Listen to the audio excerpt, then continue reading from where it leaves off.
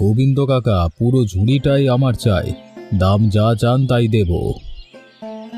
দাম নিয়ে সব কিছু কেনা যায় না মদন, এই মাছ তোমার জন্য না।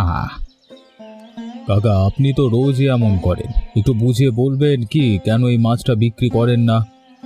সব কথার উত্তর সময়ে পাওয়া যায় মদন, ঠাকুর যেদিন চাইবেন সেদিনই সব জানবে।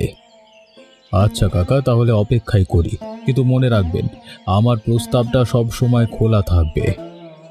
জানি মদন, তোমার ব্যবসার বুদ্ধি ভালো, কিন্তু এই মাছের ব্যাপারটা অন্য রকম।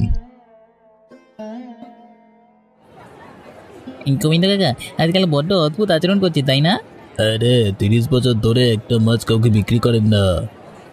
এবার বুঝি সেই মাছটা এলো। এই দেখেছিস, গোবিন্দ কাকা চোখে মুখে কেমন একটা আলাদা ভাব ফুটে উঠলো। আরে মনে হচ্ছে আজকে আর বিশেষ করতে যাচ্ছে বাজারে। চল একটু কাছে গিয়ে দেখি কি হয়, এত সকালে এত হইচই। হ্যাঁ চল, গোবিন্দ কাকার এই রহস্যটা আজকে তো ভাঙবে। রূপা, মদন শেঠের লোকজন সকালে দাদুর নৌকার কাছে অনেকক্ষণ ঘোরাঘুরি করছিল, মনে হলো কিছু একটা জিজ্ঞেস করতে চাইছে। সত্যি দাদু জানে? না, বলিনি এখনো। দাদু আজকাল বড্ড অন্যমনস্ক থাকে, তাই ভাবলাম তোকেই আগে বলি। ঠিক করেছিস, চল দেখি ওরা কি চায়। তবে এখন দাদুকে বিরক্ত করার দরকার নেই। হ্যাঁ, আগে বুঝে নি ব্যাপারটা কি, তারপর দাদুকে বলা যাবে। হ্যাঁ, আরে শোনো শোনো শোনো শোনো, গোবিন্দ কাকা নাকি এবছরে একটা মাছ বিক্রি করেন না, সেটা নাকি জমিয়ে রাখেন কার জন্য যেন। কার জন্য গো কালেচাঁদ, তুমি তো শব্দ খবর রাখো। সেটাই তো এখনো কেউ জানে না, জানলে তো আর গল্প বলবার মজাই থাকতো না। এই কথাটাই তো আমিও জানতে চাই, দাদু কখনো আমাকে বলেনি। হয়তো কোনো গোপন কারণ আছে রূপা, চল আমরা নিজেরাই খুঁজে বের করি। হ্যাঁ, কিন্তু সাবধানে, দাদু যেন কষ্ট না পায়। আমি তো কখনো এমন কিছু করব না যাতে দাদুর কষ্ট হয় রূপা, শুধু বুঝতে চাই কি আছে এই রহস্যের পেছনে। আচ্ছা চল আগে বাকি কাজগুলো সেরে নি, তারপর একসাথে চিন্তা করব। ঠিক আছে, আমিও তোকে সাহায্য করি ঝুড়ি গোছাতে। হ্যাঁ চল, তাড়াতাড়ি করলে দুপুরের আগেই শেষ হয়ে যাবে। রূপা, তুই কি কখনো দাদুকে জিজ্ঞেস করেছিস সরাসরি এই মাছের ব্যাপারে? অনেকবার করেছি, কিন্তু দাদু সব সময় এড়িয়ে যায়, বলে সময় হলে জানবি। হয়তো সত্যিই কোনো গভীর কারণ আছে, তাড়াহুড়ো করাটা ঠিক হবে না। তুই ঠিক বলেছিস, ধৈর্য ধরাই ভালো এক্ষেত্রে। রূপা, তোর কি সত্যি মনে হয় দাদু কখনো সত্যিটা আমাদের বলবে? হয়তো একদিন বলবে, ঠাকুর যখন চাইবেন সবকিছুই ঠিকভাবে বেরিয়ে আসবে মধু। আশা করি সেই দিনটা তাড়াতাড়ি আসুক, খুব জানতে ইচ্ছা করে। চল এখন কাজ করি, বেলা হয়ে যাচ্ছে অনেক। হ্যাঁ চল, আমিও সাহায্য করি তোকে। বাজারের মাছ যদি সব আমার হাতে আসে তাহলে শহরের ভালো দামে বেচতে পারবো, শুধু এই গোবিন্দ কাকাই রাজি হচ্ছেন না। কাকা তো সহজে কারোর কথায় রাজি হন না সেটজি, উনি নিজেই নিয়মে চলেন। তাহলে অন্যভাবে বোঝাতে হবে, কালাচাঁদকে ডাকো তো, এসব খবর রাখে। আচ্ছা সেটজি, এখনই ডেকে আনছি। আর শোনো, ভদ্রভাবে কথা বলবে, জোর করবার দরকার নেই। বুঝেছি সেটজি, আমি খুব ভালো করেই জানি কিভাবে কথা বলতে হয়।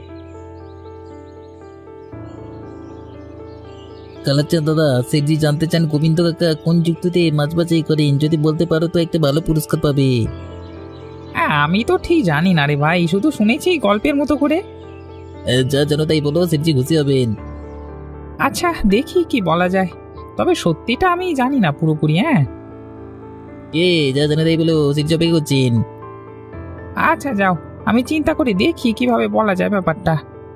টাকাটা লোভনীয় ঠিকই, কিন্তু গোবিন্দ কাকার বিশ্বাস ভাঙা কি ঠিক হবে? ঠাকুর তো সব দেখছেন। কি ভাবছো কালাচাঁদ দাদা, রাজি আছে তো?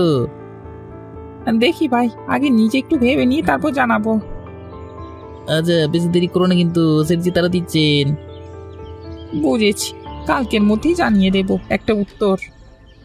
আচ্ছা তাহলে আছে কোন সেটজিকে নিয়ে বেরোতে তুমি ভাবছো? হ্যাঁ হ্যাঁ যাও, আর বলে দিও আমি গোবিন্দ কাকার ক্ষতি করব না কখনো। বুঝেছি কালাচাঁদ দাদা, আমি ঠিক তাই বলে দেবো সেটজিকে।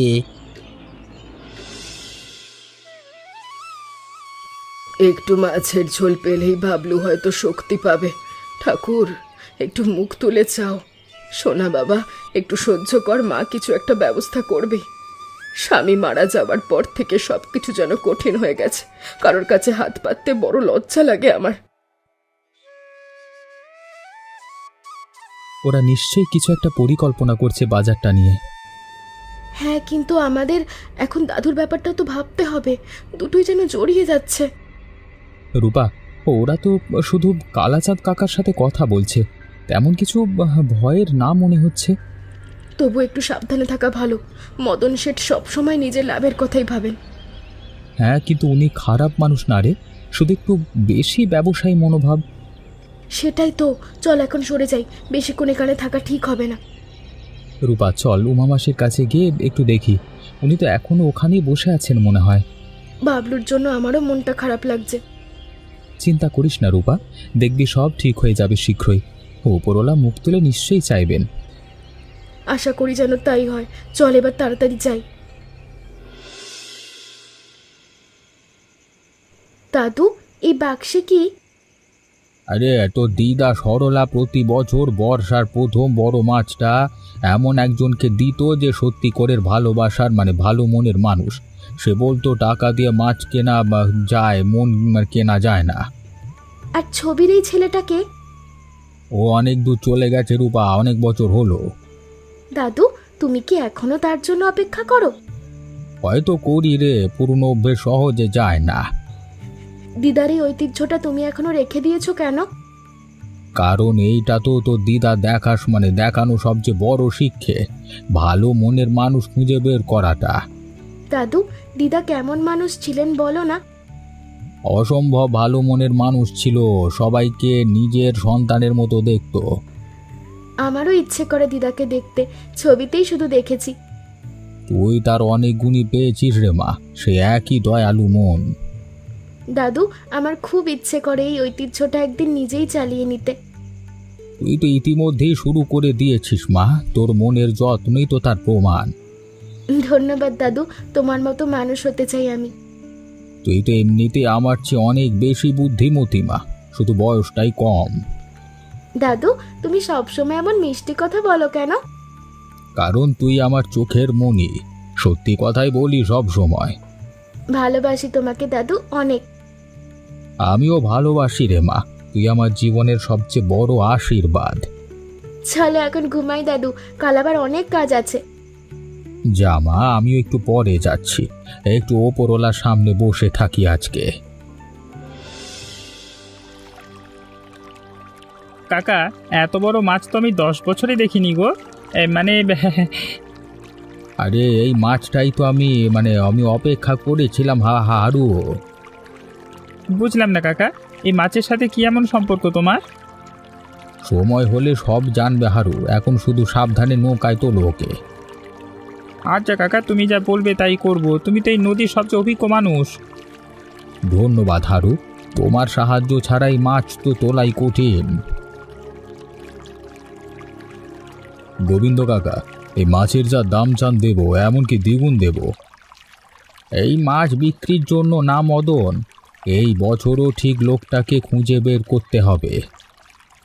কাকা, আপনার এই নিয়মটা আমি এখনো বুঝতে পারি না, এত ভালো দাম কেউ ফিরিয়ে দেয়? টাকার হিসেব দিয়ে সব কিছু মাপা যায় না মদন, এই মাছের একটা অন্য গল্প আছে। কাকে দেবে এবার কে জানে, হয়তো এবারও কাউকে অবাক করে দেবেন মনে হয় আগের মতো। চলো চলো দেখি সবাই মিলে কি হয় শেষ পর্যন্ত। কাকা, আমিও উৎসুক হয়ে গেলাম আজকে, কে পাবে এই মাছ শেষমেশ? দেখতে থাকো হারু, আজকের দিনটা হয়তো অন্যরকম কিছু নিয়ে আসবে। কাকা, আপনার চোখে মুখে আজকে যেন অন্য কিছু একটা দেখতে পাচ্ছি, ঠিক বলতে পারবো নাটা কি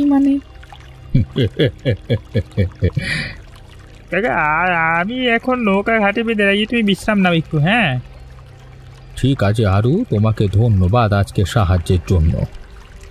এতে ধন্যবাদের কি আছে কাকা, তুমি তো আমাদের অনেক সাহায্য করেছো এতদিন। আমরা তো একে অপরের পাশে থাকি হারু, এটাই তো নদীর ধারের মানুষের নিয়ম। ঠিক বলেছো কাকা, চলি এখন, কালকে আবার দেখা হবে। যা হারু, সাবধানে যা। শুধু আমাকে বলে দাও, গোবিন্দ কাকা কিসের ভিত্তিতে বাছাই করেন? আমি সেভাবেই একটা প্রস্তাব সাজিয়ে নেব। কিন্তু সেটি আমি নিজেও তো ঠিক জানি না, শুধু শুনেছি এদিক ওদিক থেকে। যা জানো তাই বলো, ক্ষতি তো কিছু নেই তাতে। আচ্ছা, চেষ্টা করি জানবার, তবে নিশ্চিত কিছু একটা বলতে পারবো। উমা মাসি, বাবলুর কি হয়েছে? শরীর খারাপ নাকি? না রে মা, ঠিক আছে, একটু জ্বর হয়েছে শুধু। মাসি, যদি কিছু দরকার হয় বলবেন কিন্তু, হ্যাঁ? তোমরা ভালো ছেলে মেয়ে, ঠিক আছে রে, চিন্তা করো না। মাসি, বাবলুর জ্বর কতদিন ধরে? 2 দিন হলো রে মা। একটু মাছের ঝোল খাওয়াতে পারলে হয়তো শক্তি পেত। হ্যাঁ, আমরা কি একটু গোবিন্দ কাকার কাছে গিয়ে বলবো মাসি? না না, তার দরকার নেই, উনি এমনিতেই অনেক ব্যস্ত থাকেন। কিন্তু মাসি, চেয়ে দেখলে ক্ষতি কি? দাদু তো খারাপ মানুষ নন। জানি রে মা, কিন্তু নিজে থেকে হাত পাততে লজ্জা লাগে। মাসি, লজ্জা পাওয়ার কিছুই নেই, আমরা তো সবাই একই গ্রামের মানুষ। হ্যাঁ মাসি, দরকার পড়লে আমরাই বলে দেব দাদুকে, তুমি একদম চিন্তা করো না। তোমাদের এই মনটাই তো অনেক বড় সাহায্য মা। মাসি, বাবলুর জন্য কিছু ফল নিয়ে আসবো কি বাড়ি থেকে? না রে বাবা, তোমরা তো নিজেরাই ছোট, এত কষ্ট করো না আমার জন্য। কিসের কষ্ট মাসি? আমরা তো এখন এরকম পরিবারই হয়ে গেছি বাজারে। তোমাদের কথা শুনলে মনটা হালকা লাগে রে মা। ধন্যবাদ তোমাদের, ঠাকুর তোমাদের ভালো করুক। মাসি, আমরা এখন বাড়ি যাচ্ছি, কাল আবার আসবো দেখতে। আচ্ছা মা, সাবধানে যেও। আচ্ছা মাসি, আমরা এখন যাই তাহলে। হ্যাঁ চলি মাসি, বাবলুর যত্ন নিও ভালো করে। নিশ্চয়ই মা, তোমরা সাবধানে যেও। এই বুঝি সে বাজার যেখান থেকে শুরু করতে হবে খোঁজ।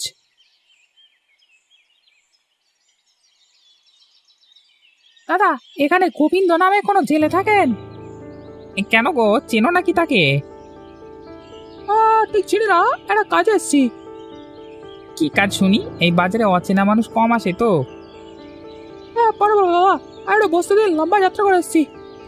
মধু, দাদাটাকে আমার কেমন যেন চেনা চেনা লাগছে, ঠিক বুঝতে পারছি না। হয়তো শহর থেকে এসেছে বলে অন্যরকম লাগছে, চল একটু নজর রাখি। হ্যাঁ, কিন্তু বেশি সন্দেহ করাও তো ঠিক না, হয়তো সত্যি কোনো কাজে এসেছেন। তাও ব্যাগে চিঠির মতো কিছু একটা দেখলাম, যেন কৌতূহল হচ্ছে খুব। চল সন্ধে পর্যন্ত অপেক্ষা করি, দেখি কোথায় যায় লোকটা। তা ভাই, শহর থেকে এসছো বললে? কোন শহর থেকে? দূরে একটা শহর থেকে, নাম শুনলে চিনবেন না হয়তো।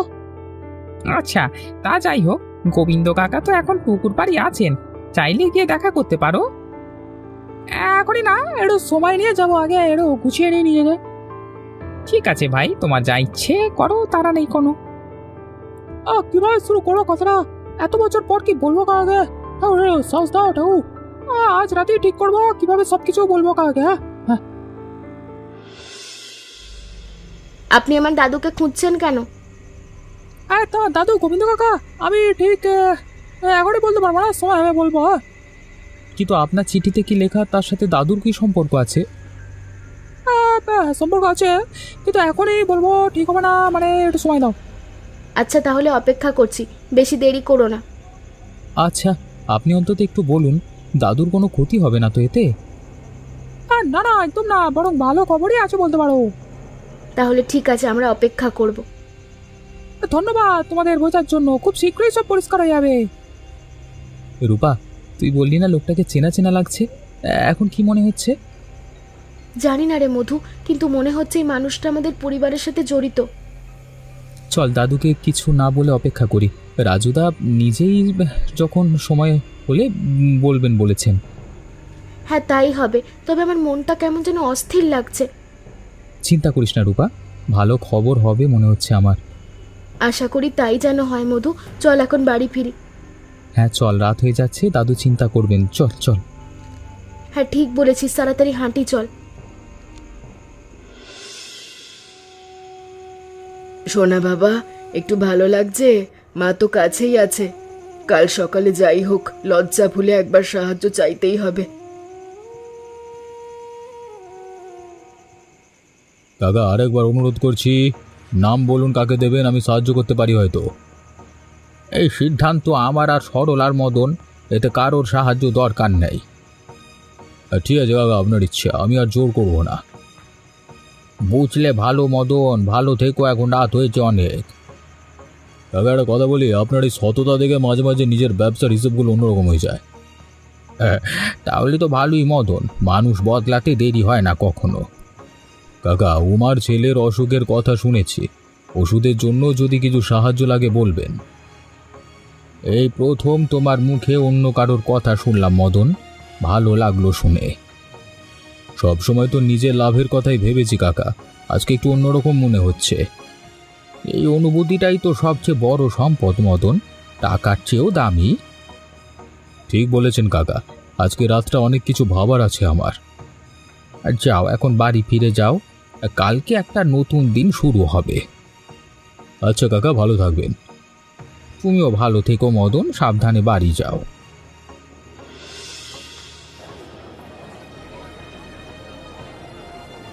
গোবিন্দ কাকা, আমি আপনার ছেলে কানাইয়ের বন্ধু। এই চিঠিটাও আমাকে দিয়েছে, আপনার কাছে পৌঁছে দিতে বলেছিল। সে বেঁচে আছে? হ্যাঁ কাকা, কিন্তু লজ্জায় ফিরতে পারিনি একদিন। এত বছর কেন একটা খবর দিল না? ভয় পেত কাকা, আপনি রাগ করবেন ভেবে, কিন্তু ভেতরে ভেতরে খুব আপনাকে হারাতো আর কি, মিস করতো। কাকা, আমি অন্য কিছু চাইতে আসিনি, শুধু একটু আশীর্বাদ চাই আমার ছেলের জন্য। এসো মা, এসো মা, তোমার ছেলের জন্য আশীর্বাদ তো থাকবেই। কাকা এত বছর আমরা তো ভাবতেই পারিনি আজকের দিনটা এমন হবে। দাদু, তুমি ঠিক আছো তো? এত আবেগ সহ্য হচ্ছে তো তোমার? ঠিক আছে রে মা, শুধু বহুদিনের অপেক্ষার শেষটা যেন আজই এলো। কাকা, আপনার ছেলে এখন কোথায় থাকেন জানেন কি? কাছেই আছে কাকা, সত্যি বলতে খুব কাছেই। কাছেই মানে কি বলতে চাইছো তুমি রাজু?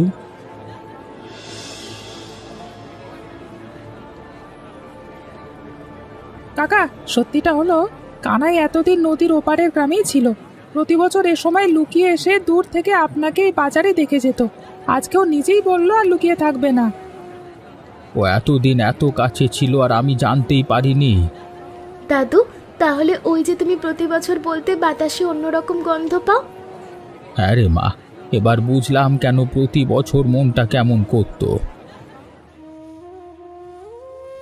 বাবা, আমাকে ক্ষমা করে দাও, এতগুলো বছর তোমাকে এভাবে কষ্ট দিয়েছি।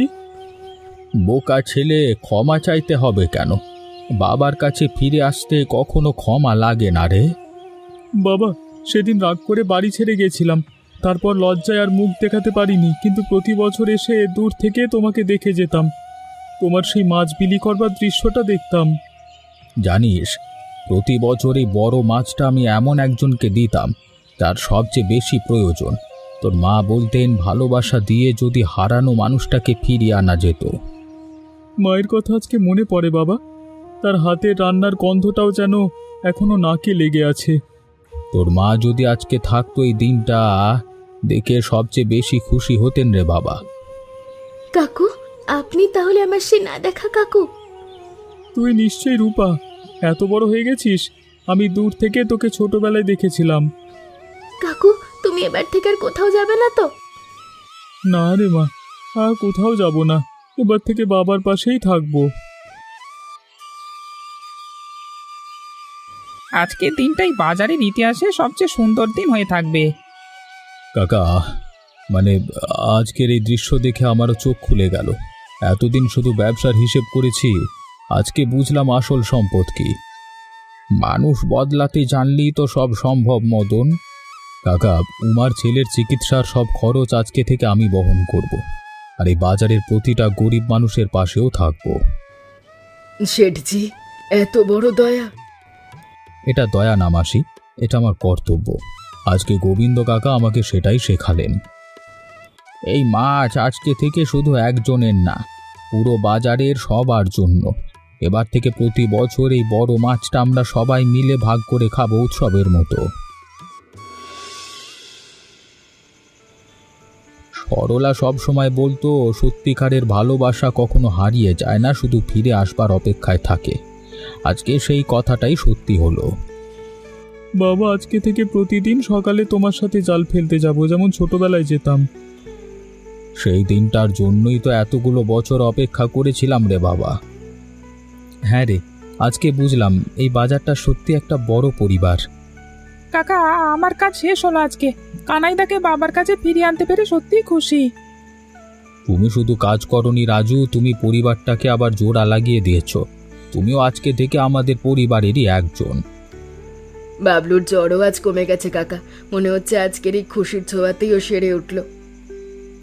আজকে থেকে আমার দোকানে নতুন একটা গল্প হবে, রহস্য গল্প না, মিলনের গল্প। কাকা, এবার থেকে বাজারটা আমরা সবাই মিলেই সাজাবো, কারোর একা লাভের জন্য না। আজকের এই আলো শুধু পুকুর পাড়ের না, সবার মনেও জ্বলুক।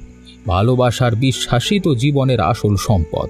বাকি সব তো আসে যায় কি বা। দাদু, এবার থেকে প্রতি বছর এই দিনটা আমরা উৎসব হিসেবে পালন করব, কি বলো? নিশ্চয়ই মা, প্রতি বছর এই পুকুর পাড়ে আমরা সবাই মিলে বসবো, ঠিক আজকের মতোই।